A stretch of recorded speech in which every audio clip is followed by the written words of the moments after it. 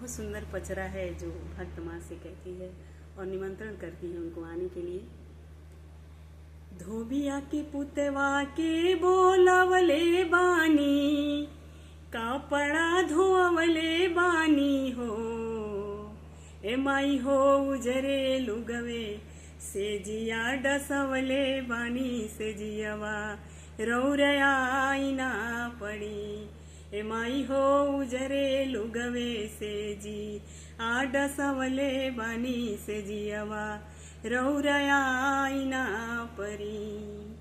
कोहरा के पुतवा के बोलवले बानी, कालसा मंगवले बानी हो, ए माई हो उजरे लुगवे से जी आ बिछवले बानी से जियवा रौरया आईना परी।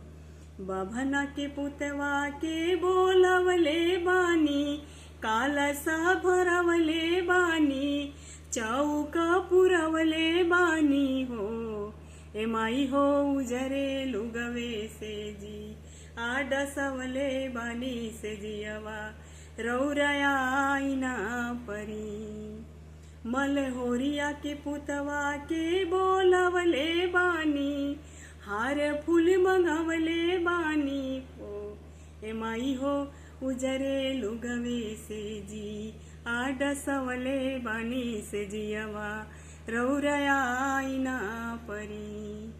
पनहेरिया के पुतवा के बोलवले बानी, पान सुपारी मंगवले बानी, लवंग लाची मंगवले बानी हो, ए माई हो उजरे लुगवे से जिया डसवले बानी से जियवा रौरा आईना परी।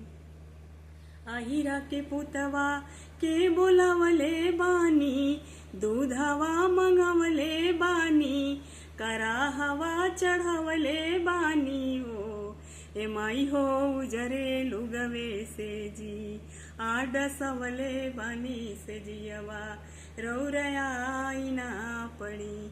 ए माई हो उजरे लुगवे से जिया डसवले बानी से जियवा रौरया आईना परी।